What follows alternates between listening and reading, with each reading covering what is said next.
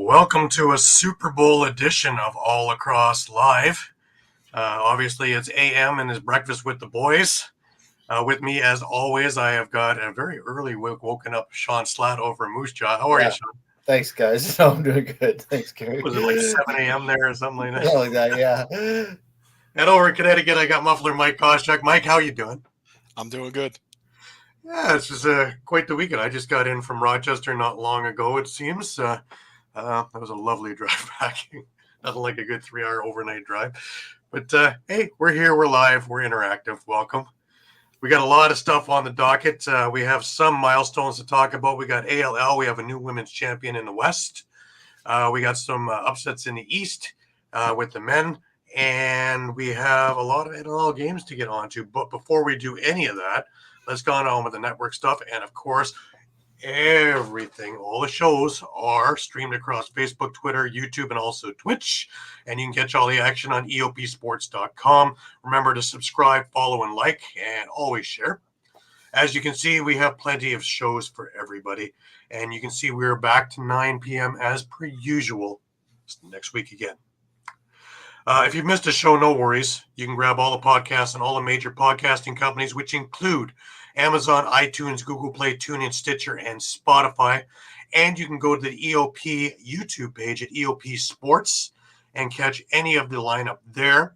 And if you're looking for our show in particular or our library, you can go to R1 at YouTube at All Lacrosse All the Time, in which you're also going to find retro games, press conferences, interviews, fights, all kinds of stuff up there and more coming all the time.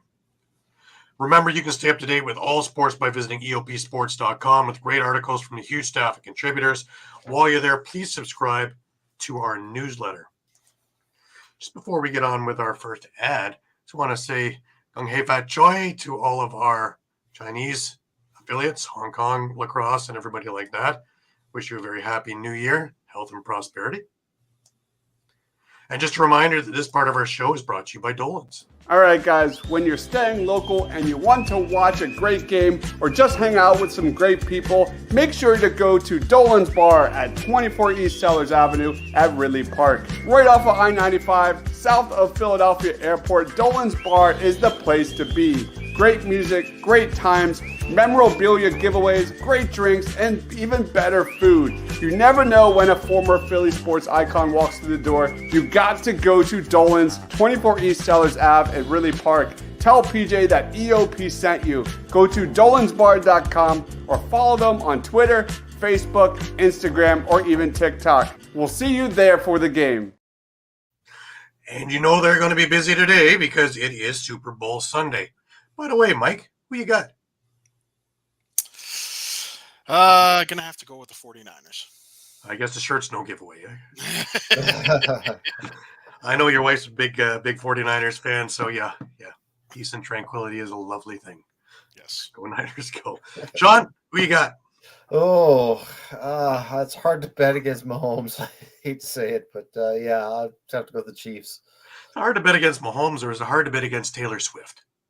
For me personally, I think that the NFL, I'm sorry about the conspiracy theory thought, but you've got the biggest pop star on earth dating one of your top stars in football. And wouldn't you want that photo up of the MVP trophy in one hand of hers, the Super Bowl trophy in the other hand of hers, and her just smiling and bringing all pop culture to watch the NFL game? Why? For the 11 seconds that they're going to show her in the box jumping up and down. Yeah, 100%. I don't see that's the prop bet right there. The over under. How many times? How many Swift on TV? He's going to get on TV during these things. Companies pay billions of dollars for 30-second spots, and she gets probably 18 minutes worth of free time on there with introduction and background and everything else. So it's a pretty good life, I think. Yeah. So, yeah, as much as my brain says pick San Francisco, my heart says pick San Francisco, my brain is going, I've watched the NFL do this nonsense before. We watched the Ray Lewis farewell tour. We watched the Peyton Manning farewell tour. I'm pretty sure that we can watch the Taylor Swift concert tour on this one. But I hope I'm dead wrong. conspiracy in football? No. Oh. Oh, Eduardo is with us. Oh, Dave's with us too. Hey, Dave. Hey, Dave. Dave. Maybe Dave can chime in on this one too. Dave, who you got? Dallas fan, who you got? Eduardo, good morning. Thank you for being with us. And Eduardo just doesn't think it's going to be close. He's watching it for the commercials. In Canada, we get to see the commercials in about 3 weeks. Yeah. Because we get to see the Canadian commercials dubbed over top of them. Isn't that great? The Ray Lewis going to break the charges to Love it. Hey, happy birthday to Muffler Mike on 214. Hey. Yes. Happy birthday, Muffler Mike. Birthday, Mike. Thank you. That will be part of the part of the tour of the fan club. I'm sure the fan club is getting things together. There's a cake probably in the mail for you. Let's hope it doesn't go Canada Post because it'll be upside down by the time it gets there. It might take forever too. That's true. Yeah, just like it's Might if it's come going next to year. yeah. You might get it in time for I don't know, spring. Yeah. Oh, look, snow in Sean's backyard. We're not going anywhere. We use the tractors to move the snow. Now we're back in the alignment. Don't worry, guys. Don't worry. We have a plan. Don't worry. There's a plan in place. And David's got KC and the points, even though it's 31-17 for KC. He's got the Taylor Swift tour also. Don't worry. I'm liking this, guys. There's actually some interest in it now for me because honestly, I don't care. But and then Eduardo's a Seahawks fan and doesn't really have a horse in the race. You're like the rest of us. The only one that has a horse in the race is Mike. Well, Stephanie. Actually. Not really. Happy wife. Happy Argos playing now. Oh, that's right. We just gave our best running back over to Saskatchewan. You're welcome. Yeah. Thank you. He'll be back here. Don't worry, because he's wrestling in Greektown Wrestling. So, AJ Ouellette will be still in Toronto. He just has to wear green. He'll probably wear green attire now when he goes in there. There you go. Nothing really made me, cringe more than, mid-season, and he's putting a guy through a table. I'm thinking, don't you have a game in 2 days?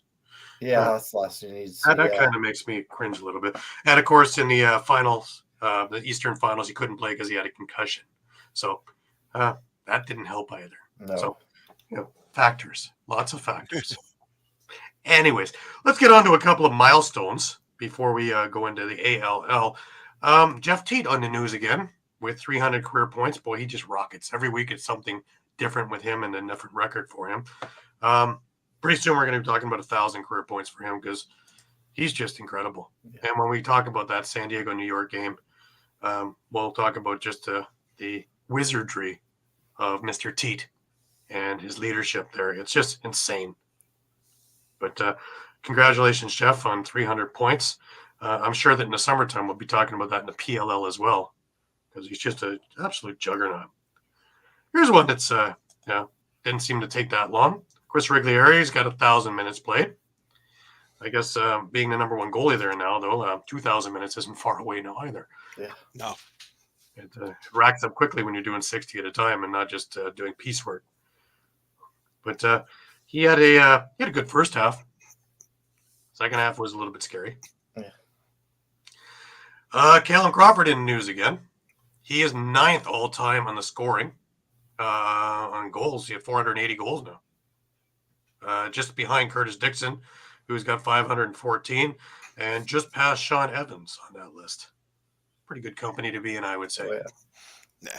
And by the looks of the way he's playing, he's still got a few. He'll hit 500 before the end of the season. Oh my God, he's looking younger now than he did 5 years ago, and he looked great 5 years ago. So pretty awesome.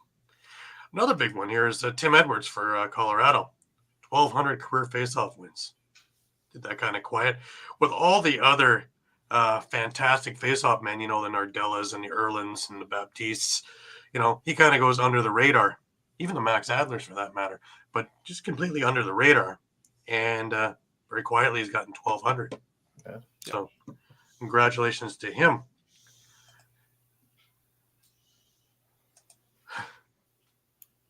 Reeves is singing the national anthem. Over 90, under 90. If it's Reba McEntire, it could be over 90 just for her to say her name. Yeah. It was country and western night over in the Rock game yesterday, which is probably why I was happy to be in Rochester watching the Rochester Swarm game. Not a big country fan, sorry guys. Yeah. A lot of people had a good time there, though. Apparently, it was a great show. But again, why would you play into your competition? Isn't Calgary known for country? Yeah. Just like they're known for rodeo. And your and rock, Western. your And rock Vancouver city, having a right? Western night. That was silly. And of course, Calgary got up for that. And country night again in Toronto, and Calgary again got up for that. The thinking here. In your rock city, right? Your Yes. rock. Yes. And Yeah. well, we had Monster Truck a couple of weeks ago. That was a pretty awesome concert, man. I was right into that. Yeah. And of course, the band was out of Hamilton, so they did a little extra oomph for that one. So that was a lot of fun. So, but last year's country one was pretty cool too, because he kept changing the words into lacrosse stuff. So he became a lacrosse fan, and he even followed me before I followed him. Nice. Kind of blew me away on that one. I'll tell you a guy who, just to get off topic a bit. When I was in Georgia yesterday, I had a conversation with John Arlotta, owner and GM of the Georgia Swarm, and talked for about 5 minutes with him. Really nice guy, and on point, very on point, and nothing gets by him. He may be talking about this, but you can see his, the mind is always working and sharp, and so anybody has any qualms or questions about the leadership in Georgia, don't. That's a really good tight knit team between Andy Secor, Sean Ferris, and Eddie Como as the coaching staff, as well as Alex Krepensak in there as well. Really, really well coached, and the team is very, very tight knit.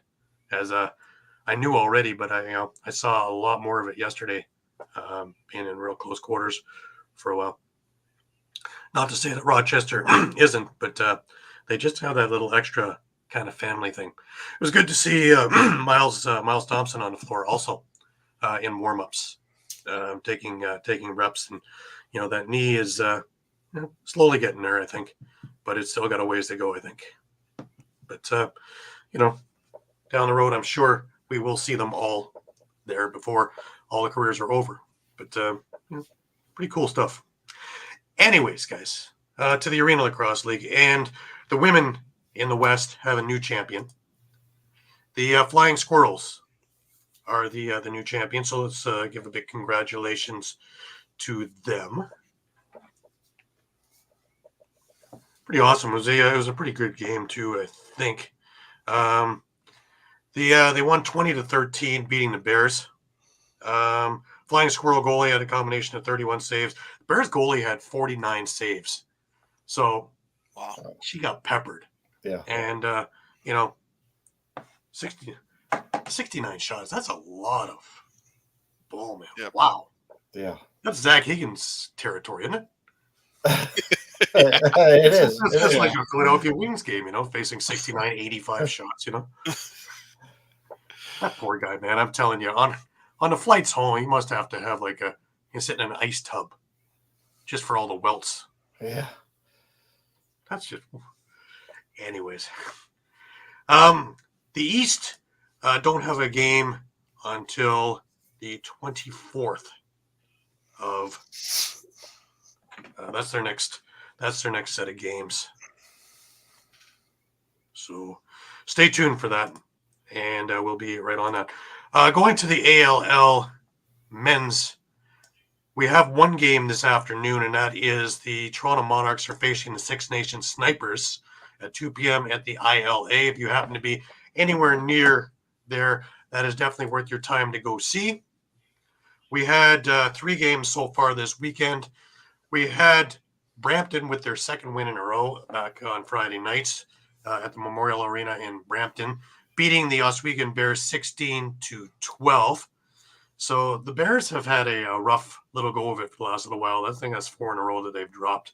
They started out so strong, and now they've just kind of fell right down. They're actually sitting in 7th in the power rankings right now, and waiting on seeing how Six Nations does this afternoon to make that final stay.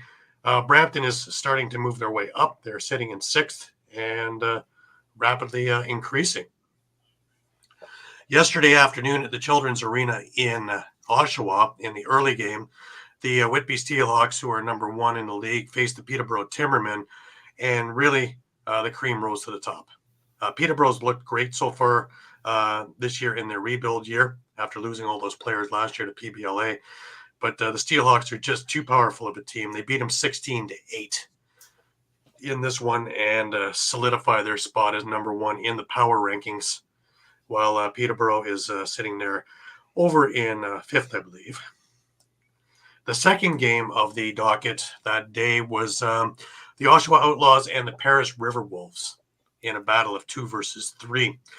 Oshawa came out on top in this one, 14-10 over Paris in a wee bit of an upset. And that brings a change in the power rankings. That moves Oshawa now into number 2 and putting Paris into number 3 in the power rankings. I told you guys, and some of the coaches there were a little bit skeptical at the beginning, but I told you, Oshawa has got too much talent that they will not be sitting in the bottom end of this power rankings for very long. And you've watched them move from worst to almost first right now as they sit in second. They are an awful good team. I would say even better than last year. And with the leadership of Joe Hiltz as their coach, really have some great lacrosse minds there. Ryan, we know you're on there as well. So they have some great coaches in there, and they are showing that they've bought into the system and they're playing well. And on top of everything, it looks like their defense is starting to play just as well as everything else in there, and they're going to be scary good. So this is going to be a great way to close out the season over the next couple of weeks into the playoffs. We had a couple of games in the West midweek this week, and that was the Grizzlies versus the Eagles at Langley, and the Grizzlies won 13-11. That was on Tuesday. And on Thursday, the Sea Spray faced the Blackfish, and they won 15-10. The Sea Spray did. And if we take a look at the standings, we will see that the Sea Spray is still in the lead with an 8-4 record. The Shooting Eagles are second at 7-5. The Blackfish are 6-6, and the Grizzly are coming up the rear at 3-9. So far in the ALL East, Whitby with an 8-1 record, Paris sitting in second with a 6-2 record, but Oshawa right on their tails with a 6-3 record. The Peterborough Timbermen 5-4. The Brampton Express, like I said, are starting to move upward. They're 3-5, but have won the last 2 games. The Toronto Monarchs play today. Let's see if they are able to hold on to their 5th spot in the rankings, or if they're going to jump to 6th. And the Oswego Bears lost 5 in a row right now, guys. That's a pretty massive losing streak. They are sitting at 2-6 right now. And the Six Nations Snipers still looking for their first win of the year at 0-7. Probably the most hard luck team in the league. They have 45 to 52 minutes of great play in a game, but those 8 to 10 minutes just absolutely do them in. And that's usually the difference of them losing a 1-goal game or a 3-goal game or something like that. So let's hope that they can right the ship. I expect this to be a heck of a game this afternoon. I would love to get out there, but like I said, I just got in from Rochester. I'm pretty sure that my family will kill me if I hop in a car and head outward towards Oswego in that hour-and-a-half drive. Oh, guys, I'm trying to avoid this. I really am.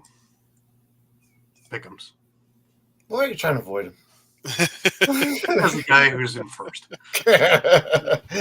I feel like the Six Nation Snipers, man. I'm just, I look great until the third quarter, and then I just Pat, how about Pat? Pat a hell of a week. He went 5-1 this week. In fact, if Toronto didn't cough up a furball and didn't take advantage of a Corey Small 5-goal evening, he would have been perfect this week. There's good old Gare, 3-3, good old 500 boy. Muffler and Shawn, both 4-2. Well, way to go, boys. Hey, Nicely done. Week. Nicely done. And Eduardo is with me at the 3-3 club. Looking at the year-to-date, Shawn is sitting there at 38-24. Pat is 35-27. Eduardo 34-28 on their heels. There's Gary trying to catch up to Muffler Mike at 31-31. Everything I do is 500. Very, very, very middle road. And Muffler Mike making his way up and probably going to pass me in the next 2 weeks. 29-33. Who says I need 2 weeks? That's true. The way I'm going, probably 1 week. My 0-8 week is coming. Don't you worry. Don't you worry. It's okay. I probably need 3. And Eduardo's talking about he's free falling.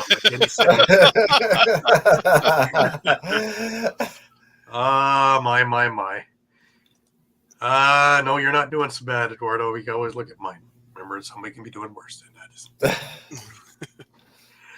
Working with retro, I like to see that Shawn is wearing his stealth cap and his Edmonton Rush jersey. Yeah. I pulled out the Minnesota Swarm jersey just for fun. Love this thing, man. Love these retro things. Awesome. Mike has got his Curtis Conley Tucker out in the Foma jersey on his wall. I love one of my 2. That is a beautiful jersey, and that's just beautiful. Yeah. Very, very tasteful over there. Yes. But yeah. So that being said, blood all over the walls here with my pickings. I'm telling you, man. I was waiting. Eduardo's got a reason. He keeps picking Vancouver and Colorado, and they keep doing them in. Yeah, I pick the Toronto games when they don't win. Yes, that's me. But it is what it is, right, guys?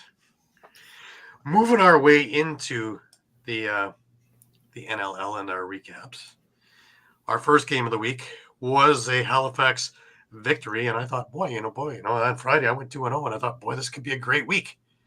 And then Saturday happened. Oh boy. Funny thing is, I picked Georgia, and then I went back and questioned myself. Always go with never go with your first thought. Always go with A, because B is usually wrong. But once again, if you want to make money, just take a look at my picks and bet against me, and you should be retired soon. Anyway, Clark Peterson leads with 3 goals, 3 assists as the Thunderbirds win their 3rd straight game. This was a really good game, guys.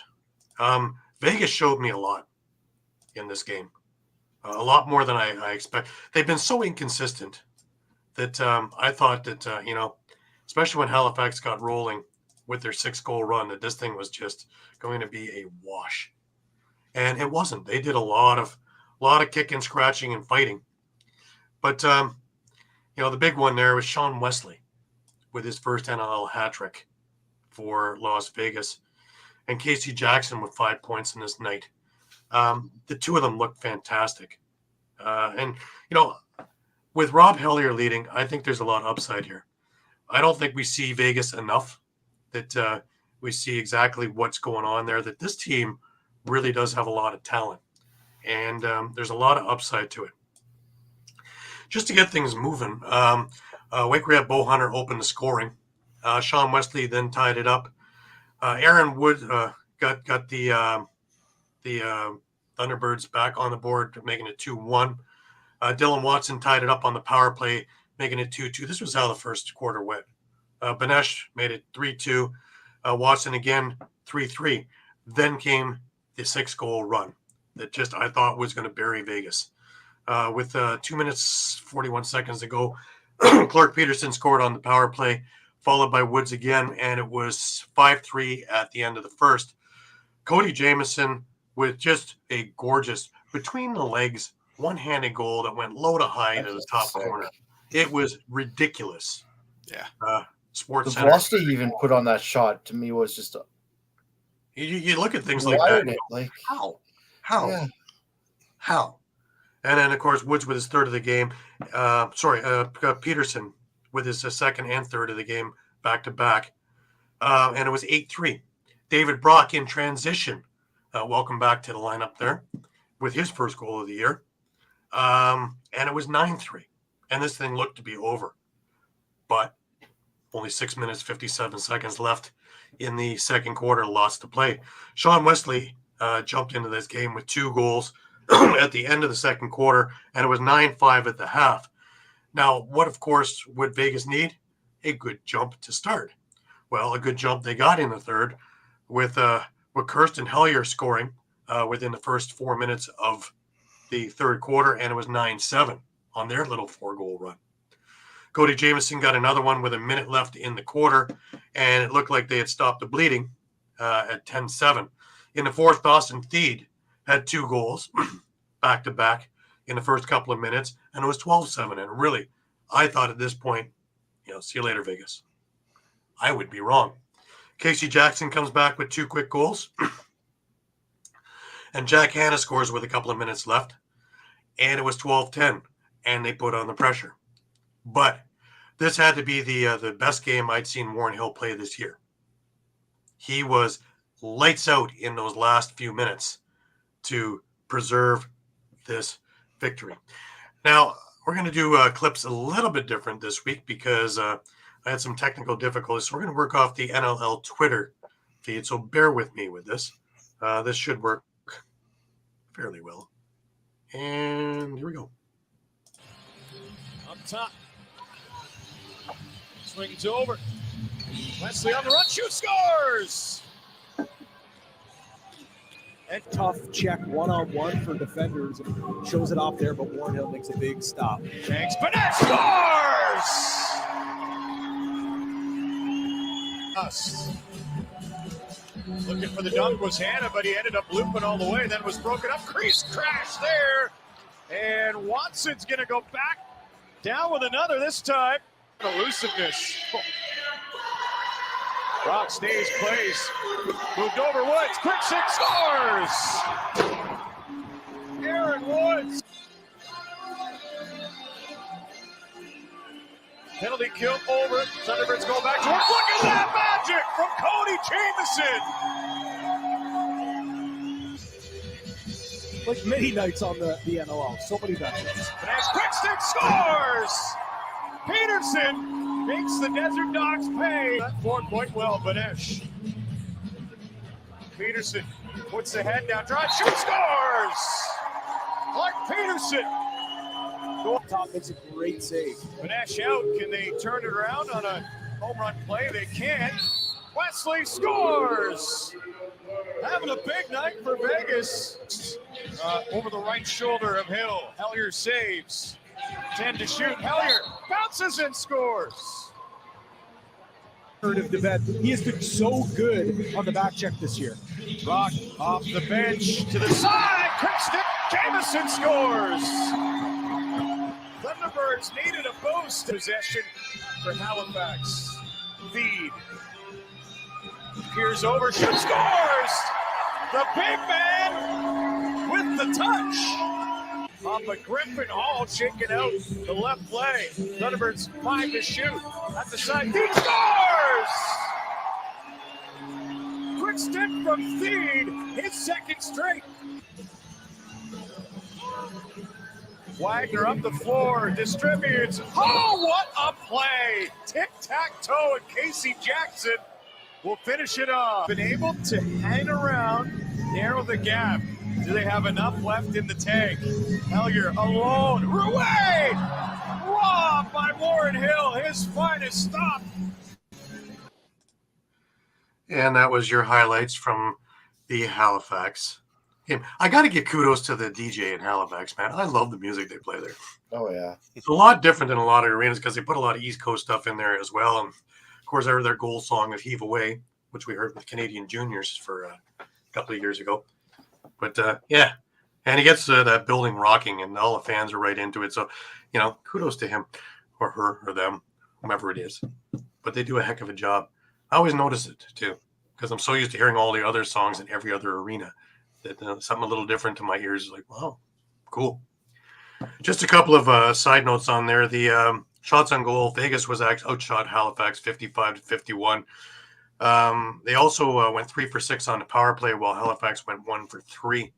So, just looking at some of the notes in there, a lot of upside for Vegas, even though they came away with a loss. So, remember, Yeah, their win. I think so. they're 3-5, but I mean, obviously had they won, they'd be at 500 right now. And Also, their 3 wins have been against 3 of the top teams in the league. Let's not forget that. they have. So it's just a matter of I think who's going to show up, and well, let's not discount that Landy Kells is probably facing a lot of rubber too. Oh yeah, over these games. Yeah. So much like we hear and talk about with Higgins in Philly. right. He's got to make a lot of saves to keep the Desert Dogs in the game.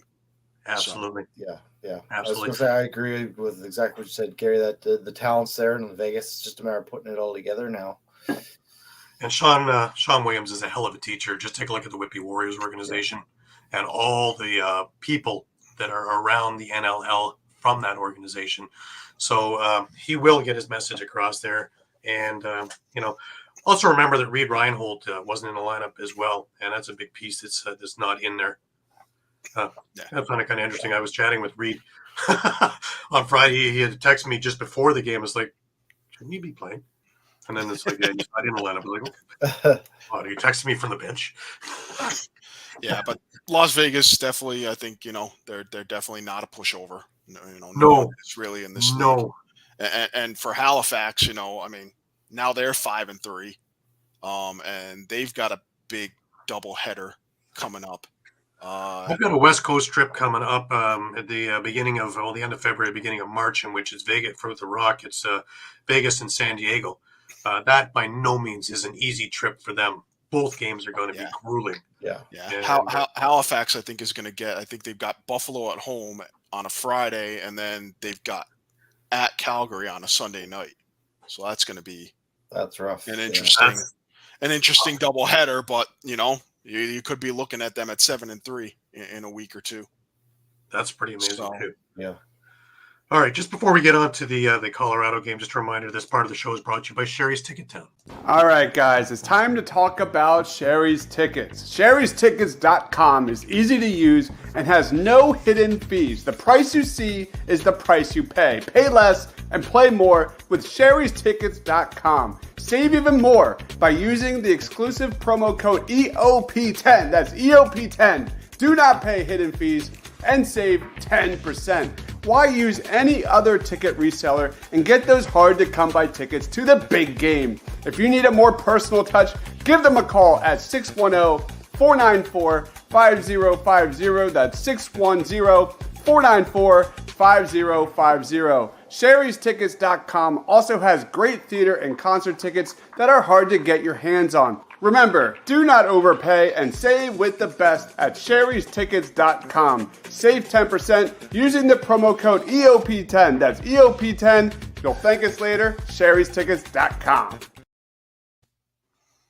Absolutely, and a lot of things coming up. And remember, you got Phillies games coming up. You have Flyers games still going on, Wings games, all kinds of things that you can get really great tickets at really great prices, let alone all the shows that are there on Broad Street over near the City Hall and the concerts that are over there, classical and others. So have a look at that and talk with Sherry's Tickets for your best deals. All right, guys, let's move on. And we had another game on Friday night, and that was, of course, Colorado visiting Panther City, and it was come as your favorite empty seat night over there in Panther City.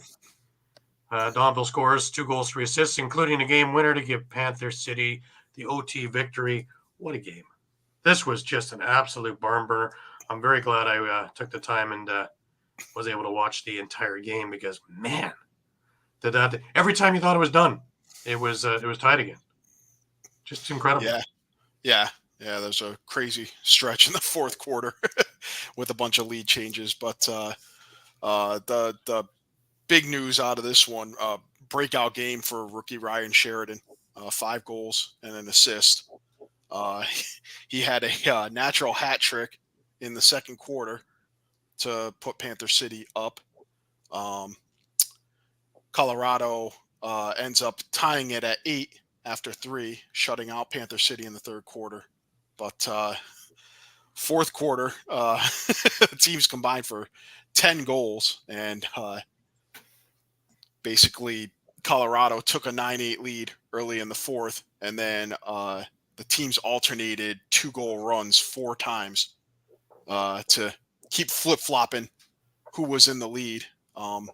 But Will Malcolm scores with less than a minute left to force overtime, and then Jonathan Donville pots the game winner less than 30 seconds into overtime. So big win for Panther City. They're back up to 500, 4-4. If the playoffs were to start right now, I believe they'd actually be the 8th seed, taking on Albany in the first round game. So, and for Colorado, maybe a bit of a missed opportunity. They fall to 3-6 now.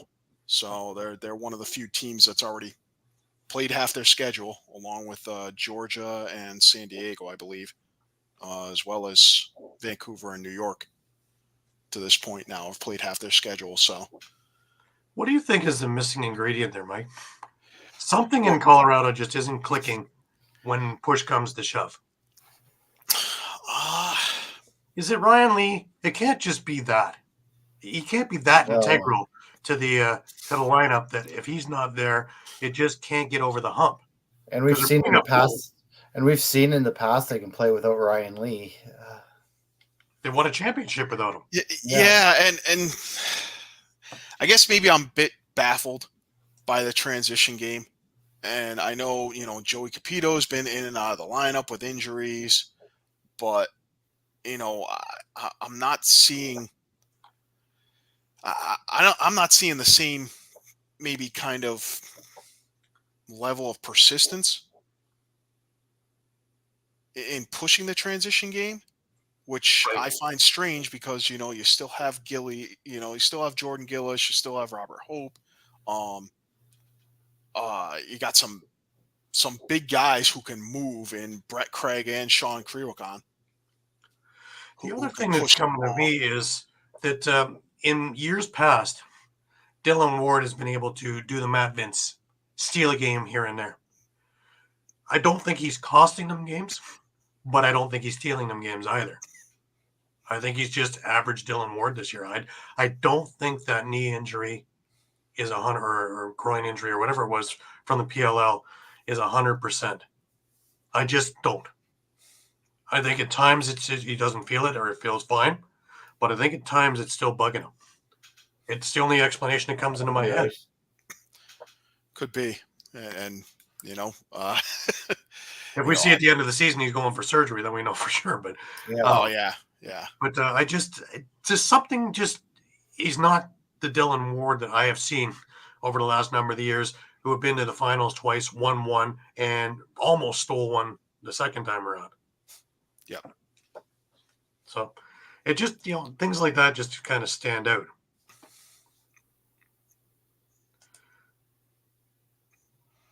Well, thanks, Eduardo. Have a case of the yips. Somebody got to speak, right? More people chatting. He's on his game this morning. Eduardo, did you get some sleep last night? That's amazing. Anyways, why don't we, before Eduardo gets on me some more about chatting, we'll get to the clips. Two-stepping, and you've seen it. His footwork on display tonight on his approaches. Patrick Foley, one of the guys that actually lives here in the Texas area, and the goal scored by Colorado. Their city sets things up. Here's Jonathan Donville, last year's Rookie of the Year. The quick shot, low scores! Low, by the way, got the assist on that goal. Now Panther City again finds themselves knotted up. Shot, score! Didn't take long to reciprocate. Brian Sheridan, the big tough cookies each. Here is Sheridan. Sheridan, a big, strong body, works his way in, shoots, scores! That was pure strength. It's going. 15 to shoot, the spin move. Strength, scored again! Ryan Sheridan has the hat trick. Pick game or the off-ball cuts? 25-year-old Zed Williams. He'll bring it across the timeline, set things up. McLaughlin, the pass, score! What a pass, though, from Eli McLaughlin. Kelly directs traffic. Gibson goes now, top of the key. Nice move. Great shot by Connor Kelly. He's got the hat trick tonight. Up again with Connor Robinson. The shot, score! The hesitation move set up Demuth. That allowed Dylan Kidder play. 0 for 2 so far tonight on the power play. And that changes with the flick of the wrist.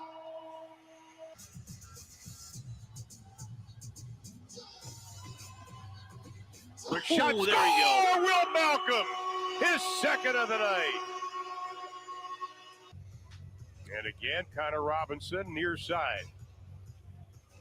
On the goal, score! Straight in on Nick Demuth. Zed Williams with his second tonight. Sheridan to come over and join Panther City. It was a good move for the men in purple. One-timer, score! And Colorado takes the lead on the power play. I thought so. Inside pipe that rang off. Malcolm had a good shot. Nice fake. The shot, score! Ryan Sheridan is fourth. It's left to play in regulation. The quick move, the shot, score again! Ryan Sheridan! Buddy, we need to go to Vegas tonight. It's to play. This is where Panther City, they want to play with the big boys. They got to beat the big boys, and they didn't on that. Good job by the one-timer. It's like he sets the pick. Stays up on top. Pass inside, score! With 2:15 to play in the ball game. What a play by Colorado. Donville, back to Malcolm, back to Donville. Malcolm looks, scores! Shutting off Crawford from behind. So we're going to play 4 and 4 up top. Crawford tried to see. What a goal! It wasn't the prettiest, but Jonathan Donville's goal will count. Absolutely. Tell me, how many of you thought this game was over when they scored with 2 minutes left? Colorado. Oh yeah. Yep.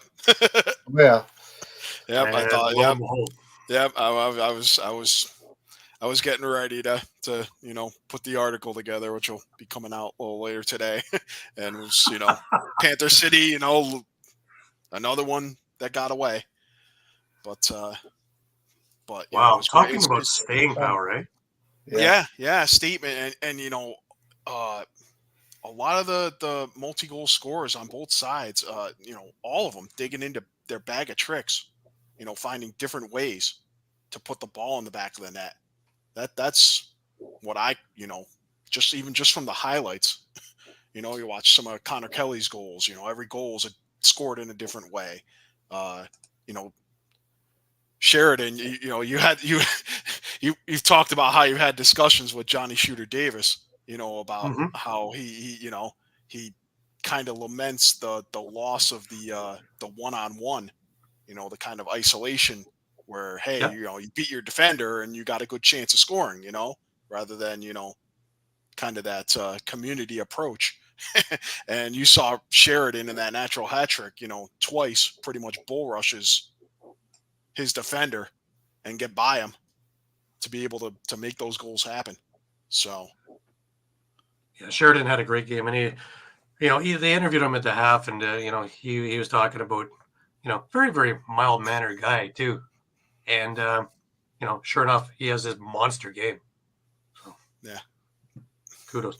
No, but I think that team is they're buying into Coach Tracy Kelusky's philosophy, and they know they've got nothing's going to be given to them. They've every game needs to be a statement game for them right now. Yeah.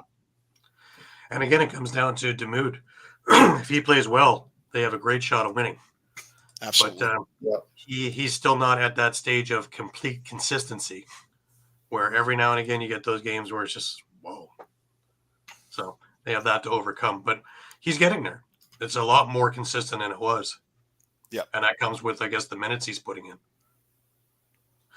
All right, let's move over. We're going to go to the Toronto-Calgary game, and this was the back end of the home-and-home series in which the Roughnecks faced Toronto in First Ontario Centre in Hamilton. Chuck?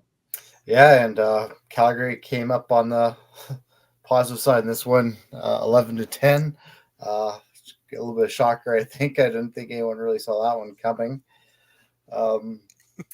Especially the way it happened. Yeah.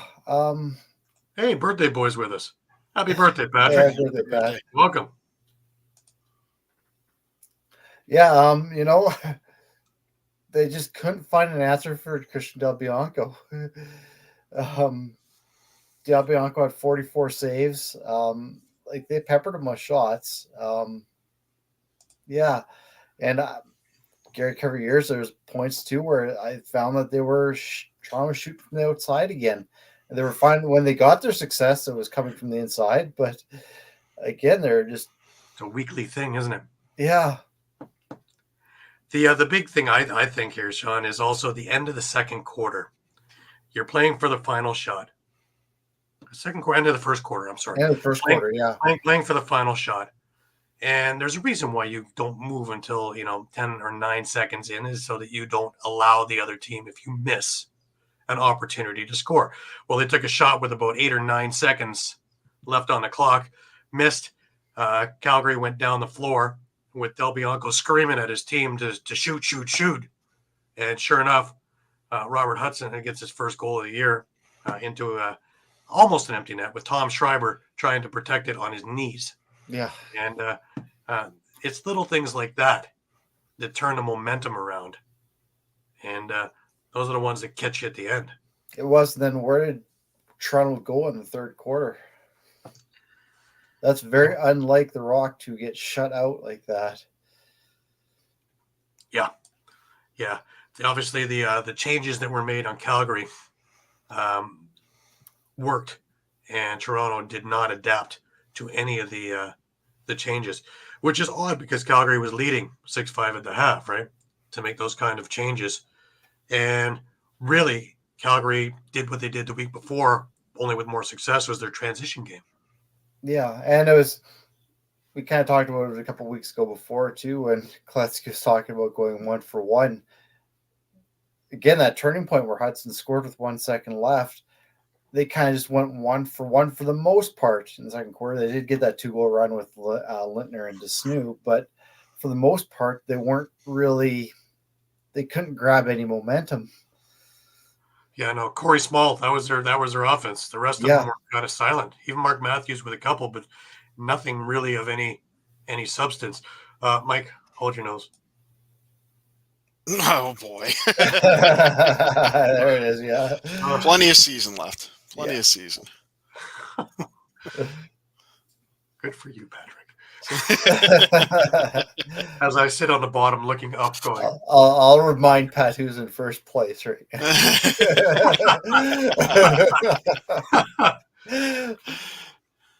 But people will blame Nick Rose for this thing, but really, I don't think that there's one or two, but there's always one or two.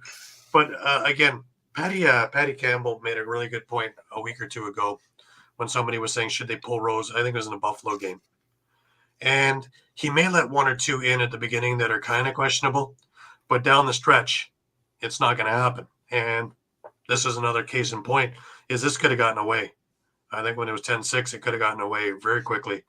And again, Toronto battling back. Yeah, I was going to say, to be fair, they got that 3-goal run right at the end there with Martin, Small, and Matthews. They still had over 3.5 minutes to try and tie that game. So they were not out of it by any means. Yeah. And then, of course, the Christian Del Bianco factor comes in, and, that's that. Yeah. All right, let's look at some of the highlights in this game. Extra time out there for Calgary. Cook going to King. He plants, shoots, scores! Puts it past the far side of Rose, who's not happy about it, right back out. Schreiber starting to settle in this season. And now he's on the back check, but the Roughnecks capitalize. 3-on-1 with Matthews. Over the top, Small scores! He used Matthews as the high screen here. And they'll find the back of the net, Robert Hudson. Despite a strong effort there from Schreiber, who setting this one up. Matthews, point blank scores!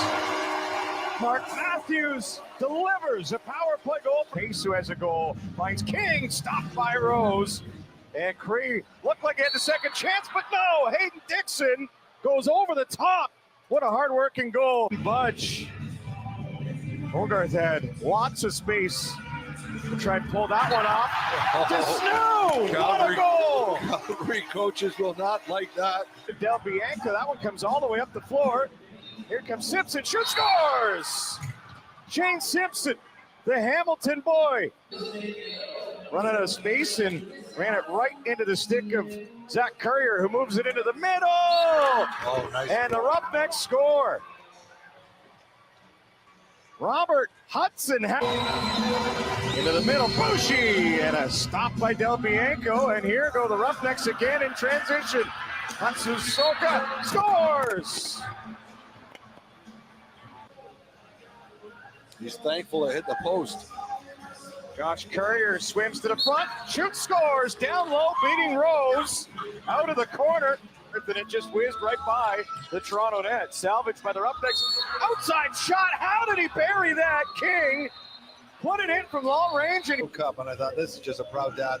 They don't even have a junior A team, and sure enough, it was that group. Josh Sanderson, Rusty Coogan again. And they're going to be they're going to be a little happier now because and responded to that save. Looks a little ginger in the crouch. Small scores! Back to back from Small in Toronto. Tyler Pace looking for an opening. Out in front, they score! The Roughnecks work it in their favor. Schreiber, Rogers, Matthews, Small, scores! It's his night! And he's got 5. Matthews has some room, scores! No doubter from Mark Matthews. All right. So Toronto drops their second of the year, and things tighten up again. Interesting, eh? All righty. Yep, and it makes for interesting weekend next weekend when they go to Laval to take on the Riptide. Yeah. So Red Hot I mean, that is Riptide, yes, that Yeah. is going to be a huge game for both teams. So I would say so. All righty. We're going to move on to the Georgia game, in which, of course, 14-12 was your final. You know, before we really get into anything in there, I got to say, you know, we're talking about attendance from all these places, and Rochester has been notorious for having not a lot of attendance since the new team has come in there. It was a loud, pretty busy building. I would say between 6,000 and 7,000 last night for the Swarm and Rochester game, and they were treated to an absolute, shall we say, slobber knocker of a game. Yeah. It was just a spectacular game. But you know, the big thing that I found with Rochester is slow starts in either half, and this was no different. For this game, before it started, well, just after it started, they're already down 2-0 in the first couple of minutes, and things aren't looking good. In fact, that whole first half, it was counterpunch. Every time they got something together, Georgia had the answer. Seth Oko opened up the scoring, followed by Brandon Bombery for the 2-0 lead. Austin Hazen got a beauty goal just to get it back to 2-1. But then Brian Cole, with just 6 seconds left in the quarter, makes it 3-1. You're going to hear his name a lot in this because Brian Cole had 5 goals in this game. It's funny because at the half, Andrew Q had 3 assists, but the best was yet to come when we get into the second. Opening up the second quarter, Lyle Thompson on the power play. You probably hear more of him, but they had him bottled up pretty good last night. He only had 1 goal. That was it. Rochester woke up at this point. Ryan Smith and Ryan Lansbury went bang, bang, about a minute and a half apart, and it was 4-3. Brian Cole with a power play goal made it 5-3, followed by Shane Jackson with an absolute beauty, which made it 6-3. Thomas McConvey, there's another name you're going to hear a lot. First overall pick from 2 years ago, showing why he was that pick. Just an absolute stalwart horse out there. He really is making himself known, even off ball. He's a big body, in good shape, and really can open up the lanes for guys. It was 6-4. Brian Cole again before the end of the half made it 7-4. And again, Georgia looked like they had this thing well in hand. Rochester didn't have many answers in that first half for the Swarm. Coming out of the intermission, Andrew Q scored 2 quick goals. The first one just 56 seconds in. The second one on the power play a couple of minutes in, and was 9-4. And this looked like it was going to be a runaway. Austin Hazen got one back on the power play about a minute later, and it was 9-5. But Brian Cole again in transition scored to make it 10-5. Cue the Rochester comeback. They wound up scoring, I think it was 7 of the next 9 goals, and made this a game. Connor Fields scored to make it 10-6, followed by Kyle Waters with a dive from behind the net. Now, he's a big guy and a big body. For him to dive from behind the net, that's like a freight train coming at you, and caused a lot of havoc in front, needless to say. But the thing made it in, and it was 10-7. McConvey scored again, and it was 10-8, and things started looking a little bit iffy on the Georgia bench, and the building was starting to come to life. Jordan McIntosh scored on a goal that was reviewed just to see if he was in the crease, and it took forever for them to look at all the angles just to make sure, because it was on a breakaway. Brian Cole fed him, and they thought maybe he had his foot, but it was deemed out of the crease to the side, and away they went. It was 11-8 at the end of 3. Thomas McConvey again with a goal made it 11-9 to start the 4th. Andrew Q made it 12-9 and gave them a little bit of breathing room. And again, cue the comeback. Ryan Lansbury made it 12-10. Ryan Smith on the power play with about 6.5 minutes in made it 12-11, and things really were rocking inside the Blue Cross Arena. Then the roof came off the place. Ryan Smith scored 2 minutes later unassisted, and this game was tied. All the momentum going towards Rochester. Riley Hutchcraft looking great in the second half, in that just completely stifling the Georgia offense. Enter the last 6 minutes of the game, in which both teams had a goal called back. Both goals were reviewed, and both were deemed no goal. And enter the final 35 seconds, and Georgia comes up with final place. Lyle Thompson, doing what Lyle Thompson does, over to Brandon Bombury, who saw Andrew Q in close. You made no mistake. So with 24.8 seconds left in the game, Q gives Georgia the lead, 13-12, on a beauty goal. And with the goal he pulled, Brian Gold got his 5th goal of the game into an empty net with 4 seconds left, and there you had it. Your big scorers. Of course, Brian Cole, 5 goals and 2 assists. But really, the biggest one there was Andrew Q, 4 goals in the second half to go with his 3 assists in the first half. Just an absolute spectacular game from Q. Lyle Thompson, quietly with a goal and 4 assists. But boy, when you look at him, he's always moving and always drawing the coverage, which opens up the floor. Shane Jackson didn't have the Shane Jackson-esque night, but that didn't matter. You had other guys working and moving things around.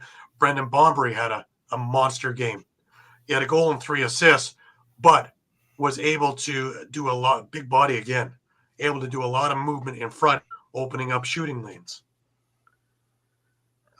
It was, again, really great to see Miles Thompson in the pregame, so hopefully we'll get to see him soon. For Rochester, big games, Ryan Lansbury with 2 goals and 5 assists. Connor Fields, not a Connor Fields-esque night, but again, a goal and 8 assists.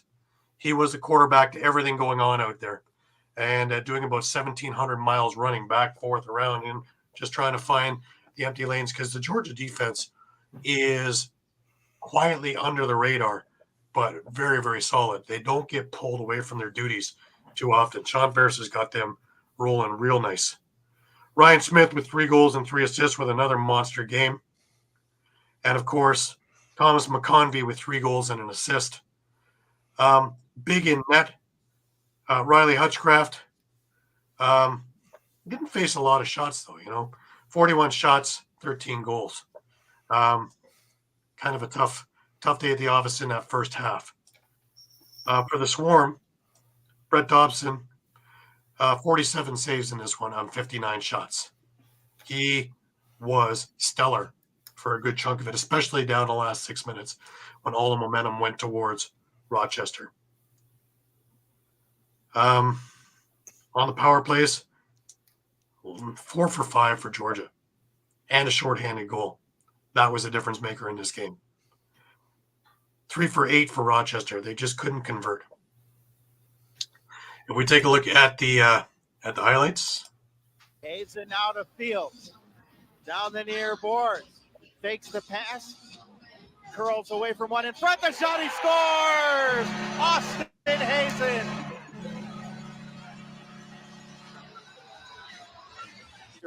Scoops it up. He's got a man on the back post. That's Jackson. Looking, feeds it across the shot. He scores.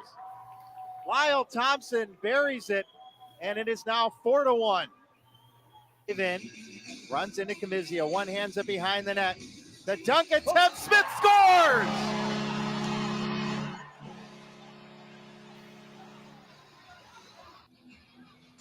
And that one is gobbled up.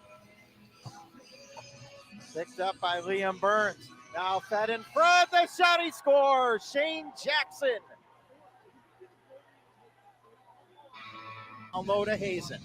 Back across now to Fields. Cutting up top. Fields got a lane. Feeds it over to Smith. Driving in. Across the shot. Hit the crossbar. Follows up and scores. McConvey. Make that pass. They've got to get it faster. Over now to Q. Driving in on goal. Scores. Side to side and see if they can get him out of position. Fields over to Smith in front of the net. The shot, he scores. Austin Hazen buries it. Excellent power play. Cole's got it. Now over to Oakes. Fed across now in front of the net. The shot, he scores. Ryan Cole again. Finally corrals it behind the net. The dunk attempt, and he scores. Waters.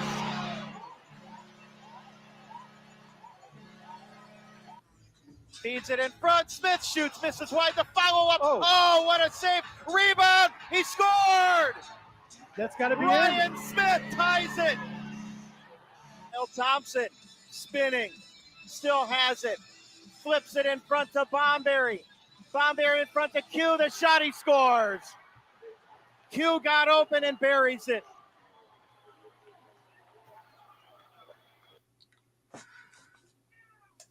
And that was your game. The funny thing is, every time they show the corner, I see myself taking pictures. If you want to see a lot of really great pictures, go onto our site at All Across All the Time on Facebook. I got about 75 or 80 really great shots of this game, action shots. So please feel free to share them or take them or do whatever you like with them. But yeah, there's some fantastic action shots of just how great a game this was. It was a feisty game, guys. There was a lot of spirit. Military Appreciation Night there as well. A lot of feist in there. So it's a fantastic evening, and they really put on a really great show there in Georgia or in Rochester. So if you have a chance to get out to the Blue Cross Arena, do. It is a fantastic evening, and it's not an expensive evening as well.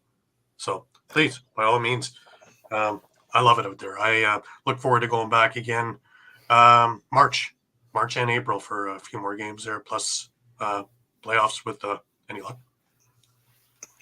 Yeah, well, that may be coming into question now. I mean, they've dropped their Well, they're fifth on a straight 4-game after skid now, right? fifth, I 5-game, believe. 5-game Yeah. skid now. After starting 3-0. Yeah. They've dropped their last 5. And for Georgia, now you played more 5-3. games than anyone else. You're 6-4 after 10 games. Yep. The last 5 of your remaining 8 games are at home, and that includes the rematch with Rochester in the season finale. So you got to be feeling pretty good about yourselves. And I think it was 2-3 weeks ago, we discussed, where Georgia needed to be before that 5-game homestand. And I think we pretty much thought, 9-4, 8-5 would be pretty good. And they look like they're on pace to be around where we think they're going to be. That's an interesting question, Mike. Time to get rid of Hazen. I don't know. You got a coach that's got over 100 wins in the league. He is a staple in Rochester. His son's one of the stars on the team. I don't think it's the offense. I think it's the slow starts and the defense. And I also think having Rylan Hartley hurt really put a crimp into this year's plans. Because who was the backup to Hutchcraft? Doug Buchan. That's the backup. Yeah, I was about to say the exact same thing, Gary. I think that's the big thing is when your starter's out, and take nothing away from Hutchcraft, but when your starter's out, that can make a big difference. Yeah, like by no means do I think Riley Hutchcraft had a great night last night, but he did have some really big saves when it really mattered. And the goal to beat him by Q, he wasn't stopping that. Yeah. That was a breakdown in defense where Q was able to get through and score. And that's what Andrew Q is known for doing, is putting those ones in. And if you're going to leave him alone 5 feet outside, he's going to score every single time. And injuries, yes. The last 2 years, that's been the big thing with Rochester. Last year, if you remember when they started 5 or 6-0, and all of a sudden had huge injuries, and their transition game went south, and the defense went south, and a few other things went. And then they finally got it back on track, and of course they ran into that hot Buffalo team that just destroyed everybody in the playoffs, and you really can't do anything. But you make another good point. Coach has been out. That's huge. Coach, Knight's been out. Turner Evans has been out. So that's it's been a revolving door. Yeah. And the defense as well is all kinds of trouble, just gelling. And of course, with Hutchcraft back there and not Hartley, you have a whole different style of a goalie back there that you have to adjust to.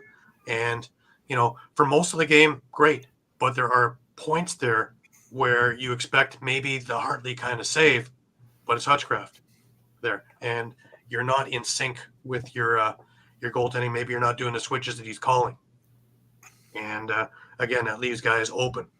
And being where I was situated, which was on the one corner, which gave me a great vantage point of the inside the transition line, inside the restraining line, and up the floor, and watching how this all works. You could see where things were discombobulated at times, and it just works that way. Again, I don't think it's coaching. I don't think that's the issue, and I don't think a coaching change. Now, who are you going to get? Who are you going to get that's better than Hazen right now? Who's out there? I don't know. Yeah, that's a good point too. So it's tough because probably mid-season you're looking internally. Because mid-season you're probably looking internally until the off season. And who's going to step up there? Yeah, your offensive coordinator's new, right? And you got Patty O'Toole doing the goaltending and a lot of the defense. Yeah, I guess I would ask: do you think they need the same kind of reaction from Mike Hazen that Vancouver was getting from Kurt Malosky 2 weeks ago? It's possible. I don't think that's Mike Hazen's style. Or is it another way around, like what you said, Saskatchewan? Maybe it's a coordinator that goes, an assistant coach that goes, just as a wake-up call. And Brian Cole's with us. Hey, thanks, Brian. Yeah, some excellent games. But yeah, you're right, Sean. You're right. It just, I just don't think that's that's the answer. And Hazen's not one to be screaming up and down. That's not him. Never was. Yeah. Never's going to be. But is he intense? Yes. If you look at his press conference, which is on my article, you'll see that he's succinct to the point. But again, was this? Can you blame the refs? Hell no. They had a great game last night. They stopped a lot of things. That thing could have run out of control quickly because, like I say, it was feisty and tempers were running, and they weren't overzealous with penalties, but they were able to diffuse situations quite a bit. It's always funny watching Josh Hiltz, who's the smallest ref out there, jumping in between these guys. He is fearless. He has no problem jumping in between these guys. And Josh is a friend of mine. He actually messaged me before the game going, I hope you don't chirp me too bad. Dude, I'm usually backing your calls. It was good to see him after the game, too. All the guys just big smiles because they had a hell of a game. Yeah, I mean, I guess ultimately, for Michael who commented, maybe we're just catching maybe their bad stretch of the season. We've already seen the Riptide start 0-3, and now they're above 500. We've seen other teams slide, like Halifax losing 3 straight, and now they look like they're like nothing ever happened the first part of the season. Yeah. So they're not that far out of a playoff spot. Time is running out. You can say we are at the halfway point of the season. Though I don't believe we're at the halfway point of total number of games played. So, I think you still have a few more weeks where you can kind of have a mindset of there's still enough season left that we can turn this around and that we can make a push for the playoffs. Absolutely. I don't think anybody's out of it right now. Even on the bottom, I don't think they're out of it. Just the way this thing is set up, and everybody has their own little losing streak in there.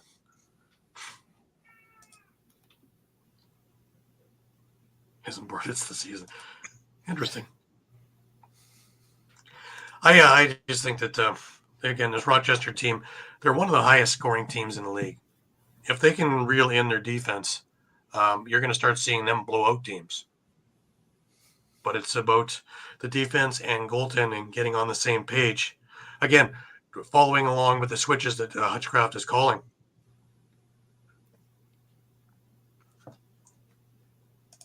Sure, understand.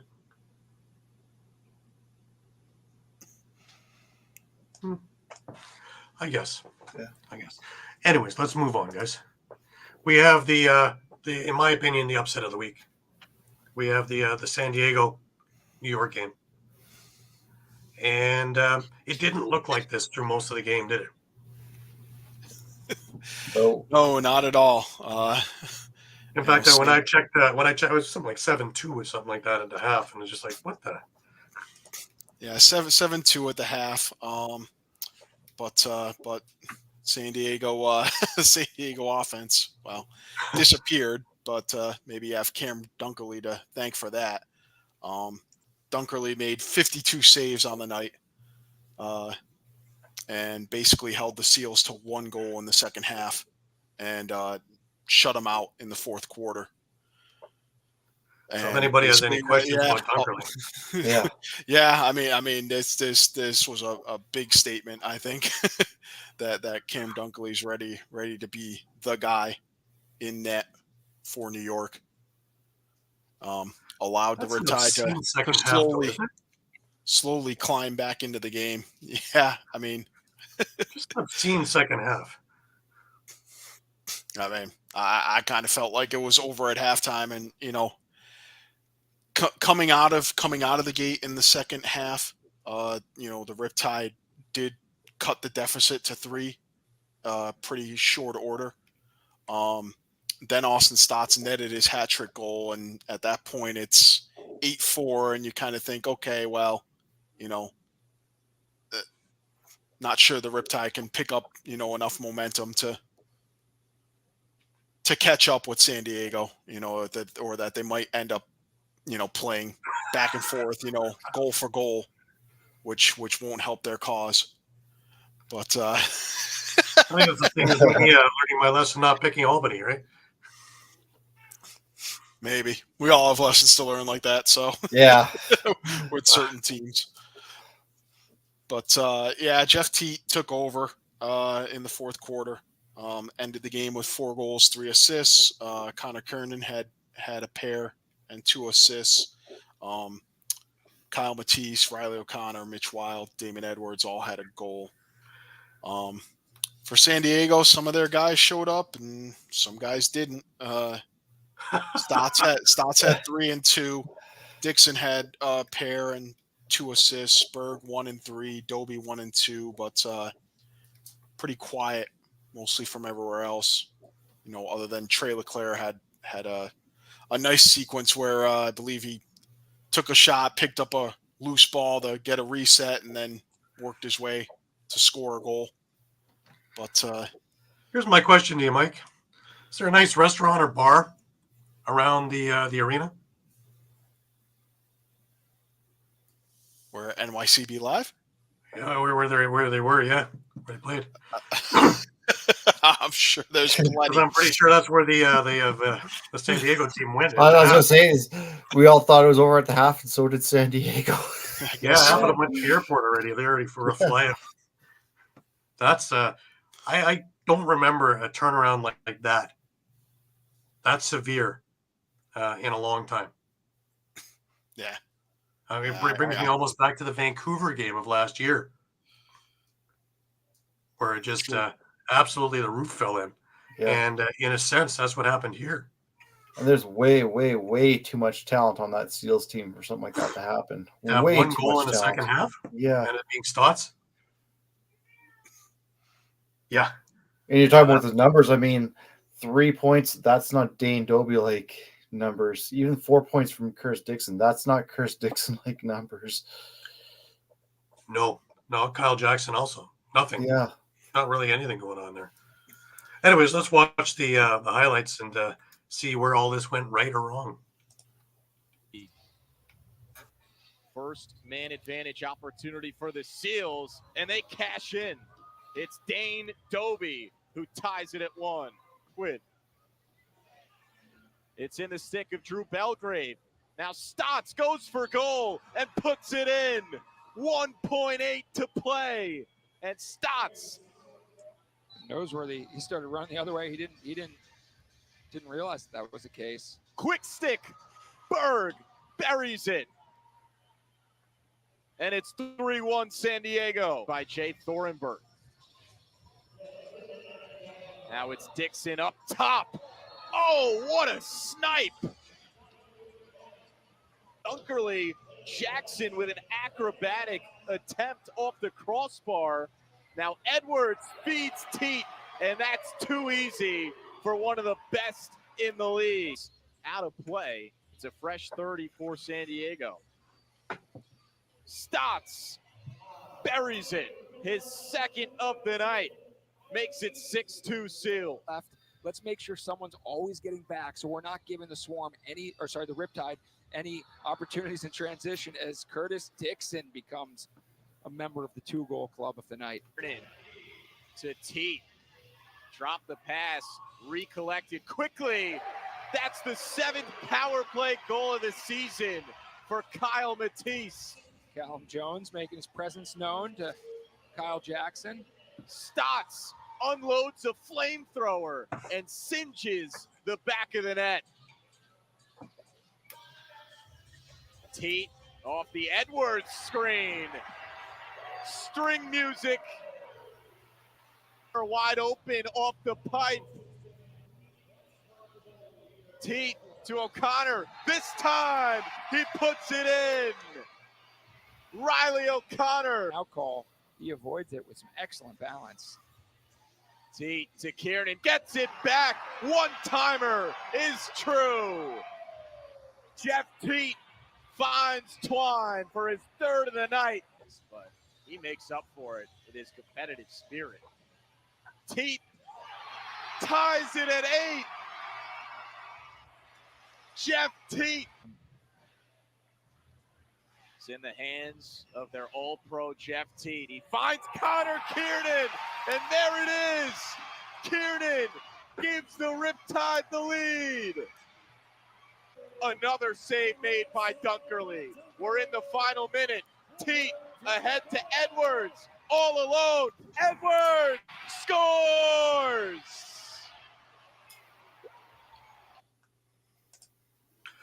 And there you have it. The highlights or lowlights, depending on who you're cheering for. I'm amazed, I'm amazed at the half differences. And just, what do you guys think about these Marvel jerseys?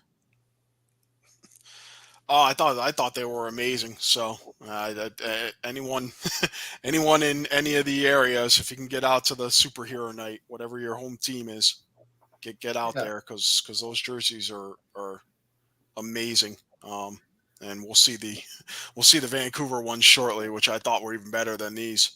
Yeah, I was going to say I wasn't a huge fan of this one, but I like the Vancouver one. I was going to say I love the Vancouver one, but the New York one, it felt kind of like the meme with the 3 Spider-Men pointing at each other.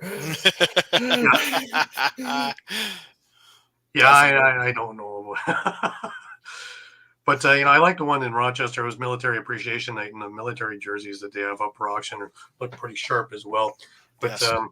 I'm waiting for the, obviously for the Rock one to see. I've seen them do the superhero night before, and they look pretty cool. But not my cup of tea, really. I like the retro ones. Do we have any idea what the Toronto ones might be? I haven't seen it yet. No, nothing yet. I wonder if they're going to be modeled after the Thing from the Fantastic Four. Wouldn't that be great? Yeah, it'd be pretty sweet. I really hope that there's something of a little different. Just everything is so cookie cutter that I'd really love to see something a little bit cutting edge on this one too. But again, they're working with Marvel, so there's only so much they can do, right? So right. Yeah. But anyway, just before we get to our last game to recap, a reminder: this is brought to you by Philly Sports Trips.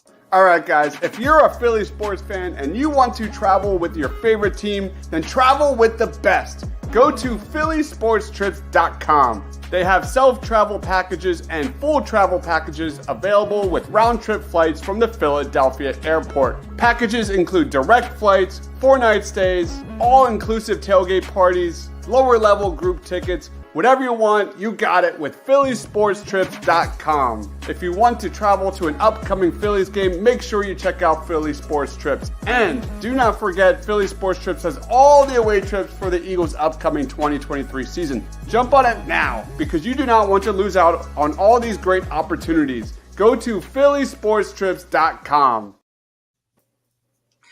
Absolutely. And again, with a lot of things coming up, they have trips to Clearwater for the Phillies spring training, which is opening up real soon, about a week or two, and people are reporting be games in a couple of weeks' time for Grapefruit League, which is interesting.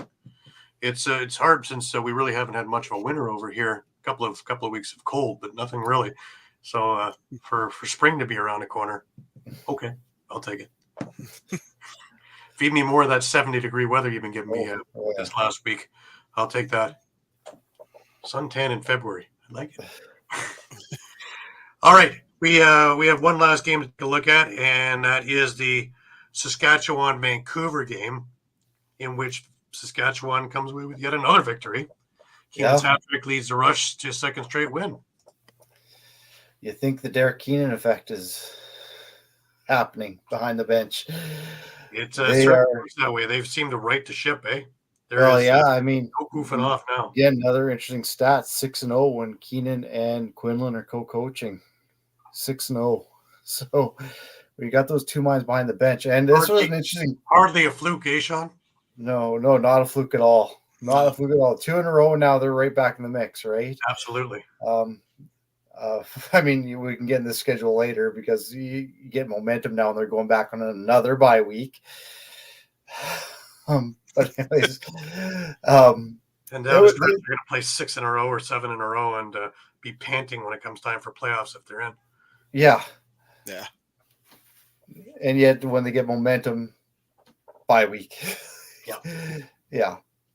Anyways, pretty crazy first half, though. I mean, no one really was really able to grab any momentum. I don't think anyone had more than a 1-goal lead. I think there's several lead changes throughout. Really, I think the turning point was all the way into the fourth quarter. Mike Mallory was in for a cross-checking penalty, and Clark Walter scored. It was about 3 minutes and 6 seconds into the fourth quarter on the shorthand. So that's the Russia's league leading 9th shorthanded goal. Wow. That gave the Russia 2-goal lead and started a 3-goal run with Walter Kostiuk and Walter again on the power play. And that put the Rush up ahead by 4 at that point. Another interesting coaching call, I thought, and they brought up in the broadcast, and I thought it was genius, is with just under 9 seconds left, Vancouver was called for too many men.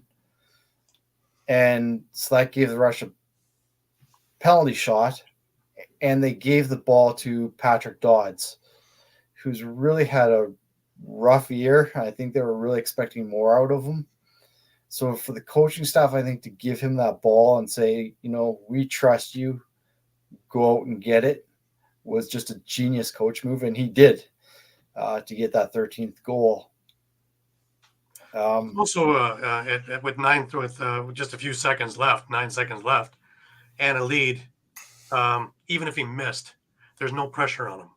Yeah. Just be yourself and do what you do. Don't get in your own head. And it's a great, like you say, genius move to have him start working his way out of whatever slump it is he's in. Exactly. Really good thinking on their part. Yeah, I mean, it seems like a small thing, but I think they just got to get Patrick's confidence back, right? Especially when we start talking about him in the next few weeks, scoring more and more and more, we can actually pinpoint it to this particular move here that got the ship righted.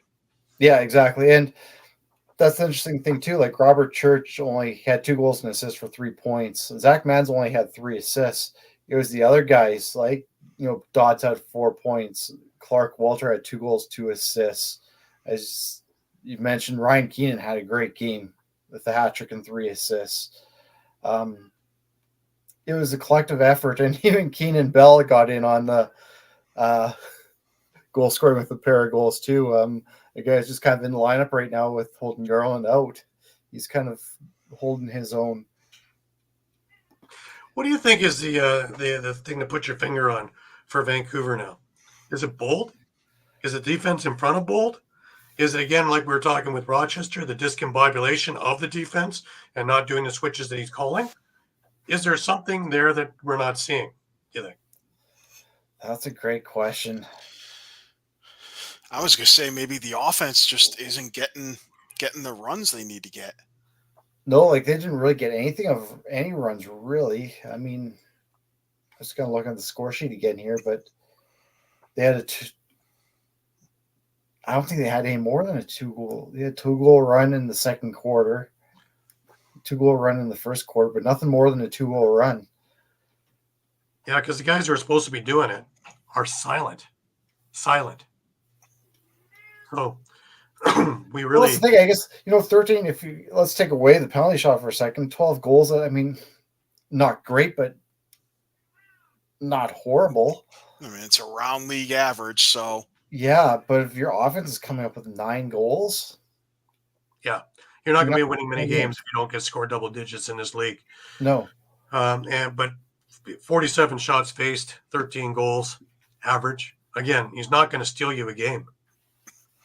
No, I'm just kind of looking down the score sheet. Like Kevin Crowley had 3 assists. I think that's, you brought him in for a reason. I think you need him on the score sheet. I don't see McCulley doing what McCulley did in Buffalo. I think they're trying to give him too big a role there, and it's not working. Because Yeah. McCulley as that gritty guy who's going to get things here and there, but he's going to open up lanes and do other things and fight if he needs to, and kind of be that moral cheerleader, which worked great with Buffalo and really played into the Bandit Land people and fans, and also helped get things motivated, which got the rest of the team going. Here, it's a different scenario, and it's a different scene, and it's a different crowd. And he had 1 assist, but he really hasn't gotten his legs there. I think he has a goal and a couple of assists since he's been there 4 games now. So Yeah. I think they want more than what he, as a player, can give them. But as a role player, I think they need to utilize him for the role that he's supposed to be doing. Yeah, I maybe want to go back a little bit too to that Miloski rant, and he was talking about guys not, tapping their sticks when other guys score and really rallying around each other. Mm-hmm. Is it a culture thing going on over there still? Possible. It's possible. We still have a bunch of guys from the old Warriors, unless they change the whole thing altogether. That's still going to be part of it. But you'd figure with the Crowleys in there, with the Mitskis in there, guys who are not afraid to get into other guys' faces for, hey, we need to get going here. And Beers, these guys were brought in by Miloski for that purpose. Yeah. And I don't think that's happening. I don't think we're seeing it. That's the thing. Yeah. All right, let's look at the highlights of this thing and see where we fell. Here's the pass to Kevin Crowley. 1-on-1 down low. Backdoor scores! Guys just don't fit with other guys, and I think that's kind of the case. There's maybe a chance here and a quick whistle. Scores! And give it right back. Rotation comes from McClellan. Here's Charlambini sliding in. Shot. Whoa, it's Martel in the dunk. Does that count? Yes, it does. Clip it for Martel. Mason Kirkness will claim a loose ball. He'll head off to the races. He might have numbers here off the Vancouver bench. In comes Bowering. He'll find ball. Shot scores.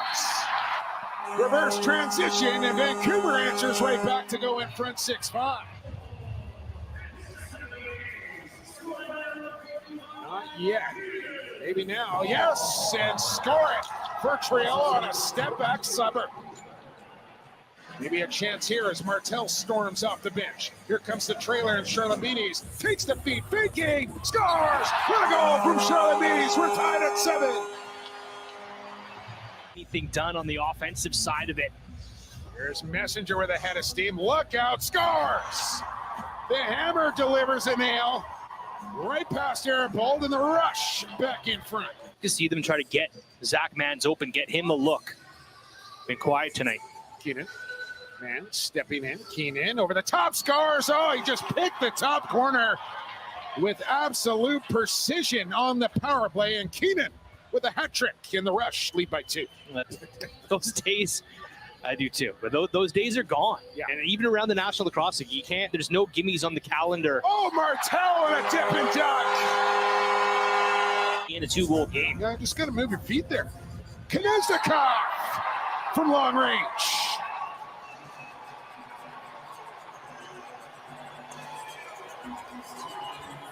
They like that one out in Langley.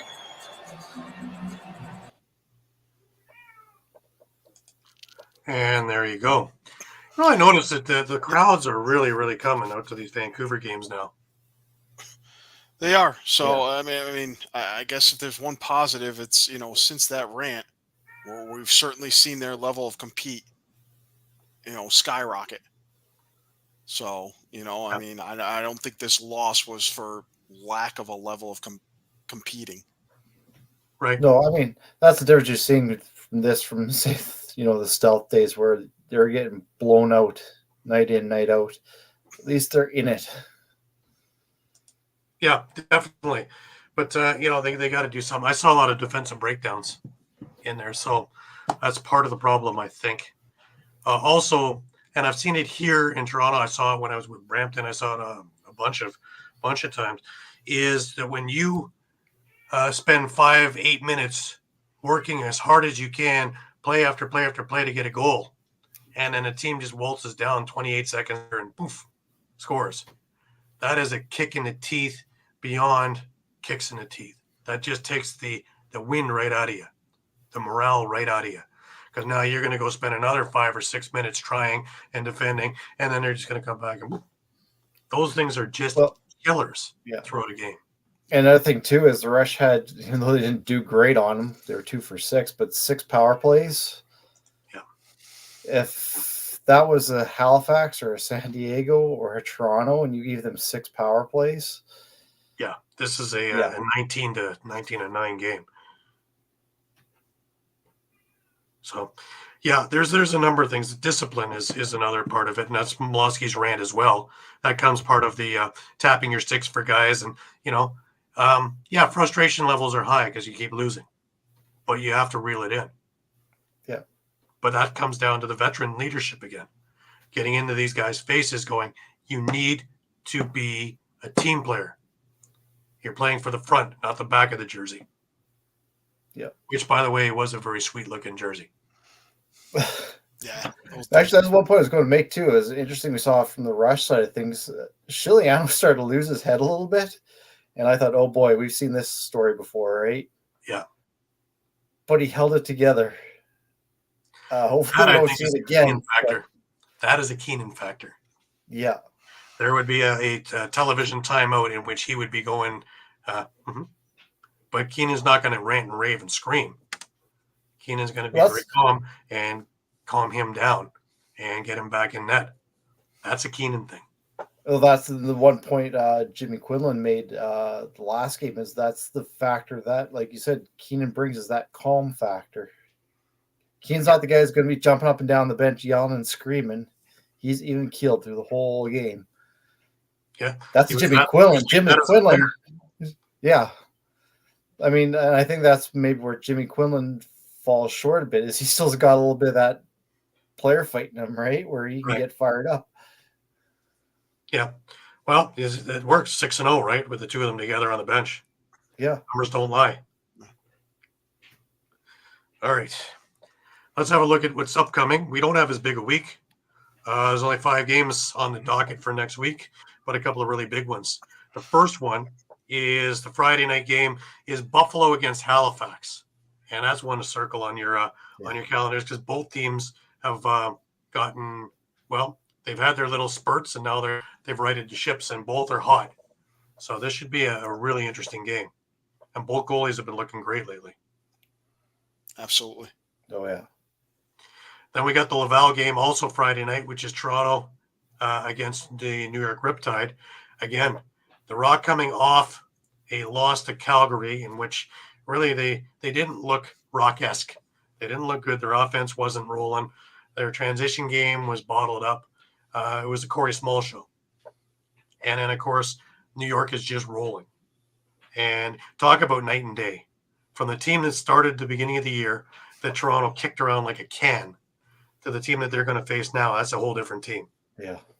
Amazing how Stephen Keogh made that much of a difference. Because since he arrived, that's when this team turned it around. You want to talk about leadership? That's exactly my perfect example. Yeah. That was a Rich Lisk. We got to find a guy like that and get him. And sure enough, just that extra in-your-face tough guy who's going to lead by example, score any way he can, but also be a big enough force on that floor and in the dressing room where if you're not pulling your weight, he will put you in a corner. And I'd say he's lit several fires under several guys. Oh, yeah. Absolutely. You got guys who've done Kyle nothing. Matisse, Larson Sundown, Matt Marinier. Look how Callum Jones and Zach Deacon are playing right now. Let alone the other thing that we talked about is that right side needed awakening, and him alone has awoken that side, let alone getting everybody else there on fire too. Yep. And the defense and Dunkerley, again, it's a theme I keep coming back to, are on the same page. Maybe not all 60 minutes of it, but a lot more than it was at the beginning of the year. Absolutely. Yeah. Because I watched Dunkerley get hung out to dry against Toronto the first time around over in Hamilton. And I haven't seen that type of a game. That might have been the awakening game. Because after that game, everything has looked much better and improving every single week for the Riptide. That's the thing with the leadership is where you have to stand up in the defense and say, hey, you've got a young goaltender in Dunkerley. You can't do that to him. That's also where having Ladistur as a head coach comes in too, because Laddie known for when he played his toughness and his stay-at-homeness. He had a few goals here and there, but that wasn't what he was there for. And that kind of idea. Remember, when he was with Georgia, he was the offensive coach because he knew what the defenses were doing, and it worked enough to win a championship. So, you're talking about a very high lacrosse IQ. And now, with these guys in and a Kehoe in there to help, marshal or sheriff what's going on, where it doesn't have to come from the head office, from the front office. Yeah. Now you got things, and your Legion, your Sergeant at Arms, if you want to call him that. He was the ultimate warrior here. I'll call him Sergeant Kehoe over in New York, and I think that's a huge thing. So this is going to be a big game to see how this plays out. We also have one more Friday game, and that is Philadelphia heading into Las Vegas. And again, two teams both playing inconsistent, but two teams that both have the talent. Another interesting one. Yep. We move into Saturday, and we have a pair of games there. We have Colorado against Albany. Smart money says Albany, but which Colorado team shows up in Albany? True. And, now they have Albany has that weight of, hey, we open up the season. Now we're on our skid, What do we have to do to not make it like Rochester's? Right the ship, yeah. Very good point. And there's enough talent and there's enough gumption in there. And it's just, can they all get on the same page, really? It's weird. And is Jameson going to be back in net for Albany? That's the other big factor. Yep. With the bye week, maybe he's healthy enough he goes in. And you have Halifax on the back end of their double on the Sunday against Calgary. Weird. 7 p.m. Eastern game, according to the schedule. Somehow, that's 4 p.m. Western game is just, especially for Halifax, who are already in the time zone, is earlier than us. Yeah. Right? They're an hour earlier than we are here. So, oh my God, talk about getting your head screwed on backwards. So, yeah, I wouldn't be surprised if they trek out right after the Buffalo game. Just they would have to give them a full day to reset there. They'd have to, because they're playing in Halifax, right? So that's a long trek. Yeah, first it's a long trek all the way across the country, 2 different time zones. And again, a lot of these guys. The Austin Shanks, the Jake Withers, a lot of these guys are from the Ontario area. So you're going back an hour and then you're going you're going forward an hour, and then you're going back 3 hours.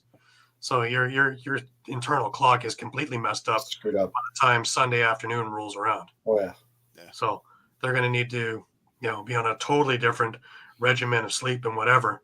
So the second that game's over in Halifax, they'll be on a plane to try and right the ship on Saturday and try and get a little acclimated to the time zone, and hopefully that they're good to go, full of energy on the Sunday. Weird schedule. Yeah, and do we have a timetable on Randy Stotts to return? They were talking about it on Friday, and they didn't give a set time, but he was close, they said. So who knows? Maybe this weekend, maybe the following. But the sooner the better. Mind you, they are rolling right now, but that's a huge piece that's not in there, right? Yep. Yeah. All right, just before we wrap up, just a reminder that this part of the program is brought to you by David R. Cherry. All right, guys, let's talk about Cherry Law Firm. If you get hurt at work in a motor vehicle accident, personal injury, or affected by criminal law, you got to call David R. Cherry of the Cherry Firm. Call 610-565-0300 or go to cherryinjurylaw.com. Let David R. Cherry fight for your rights. Again, That number is 610-565-0300. That's 610-565-0300, or go to cherryinjurylaw.com. Let David Archeri fight for your right. Absolutely. Sue me, dog. Love that. Brilliance in advertising. Eh? Anyways, just to remind everybody that we are on Facebook, we are on Twitter, we are on Instagram, we are on Twitch, we are on Thread, and we are on YouTube. And please head on over to YouTube. Tell your friends about YouTube. There's a lot of stuff up and a lot more stuff coming. Interviews, fights, retro games, our library of shows, and a whole bunch more. It is becoming more and more of a tool to be able to show more and more lacrosse things to y'all as quickly as we can. Come check us on Facebook 3, 4, 5 times a day, as the news is always changing. MSL is around the corner. WLA is around the corner, and we're going to get a whole lot more coming from them. WLA just had their draft, and so soon we will start hearing more and more about that. The PLL tournament is starting up in a couple of weeks, and we will have everything on that as well as it happens. And there should be more coming out of World Lacrosse for the World Indoor Lacrosse tournaments for both men and women upcoming. The Rubeski tournament is coming up in April. I will be there as well, and we will have everything for that. So there's a lot of news coming on everything that can keep your heart busy, as well as the Canadian University Field Lacrosse Association. We should have some announcements partnering up with them as well to get as much information as we can with that. And, of course, NCAA down the road a little bit. Busy, eh, guys? Yeah, actually, I was going to mention, we actually forgot that there was a couple of trades in WLA already in the offseason. That's right, too. We got that all on our Facebook page as well. Yeah, and more going to be coming, believe me. Yeah. This is just the tip of the iceberg. There's going to be a lot of movement in MSL as well now that they have 7 teams. By the way, you guys know who the first overall pick was in the draft, right? For Owen Sound? Chris Riglieri. All right, yeah. He is with the Owen Sound North Stars, or whatever they're calling themselves. Owen Sound Lacrosse Club or whatever. Anything but bug juice. Joe Norton's MIA, so we don't know where he is. Whatever. Thanks, Joe. Thanks for coming by. It's a pleasure having you here. Thank you for those ugly, ugly, ugly jerseys. God, my eyes still hurt looking at those things. It was one of those do not adjust your set where you couldn't read the numbers or the names, just see bug juice all over it. I always love Stamp. Steven Stamp. Always I call him the Brampton BJs. You can't make this stuff up, guys. No. Anyways, next week we're back to 9 o'clock, our regular slot. There's 1 week at the beginning of March where it's going to be a little bit strange, probably a Monday night show because of flights for me to get back from San Diego, from doing the Vegas-San Diego rock excursion.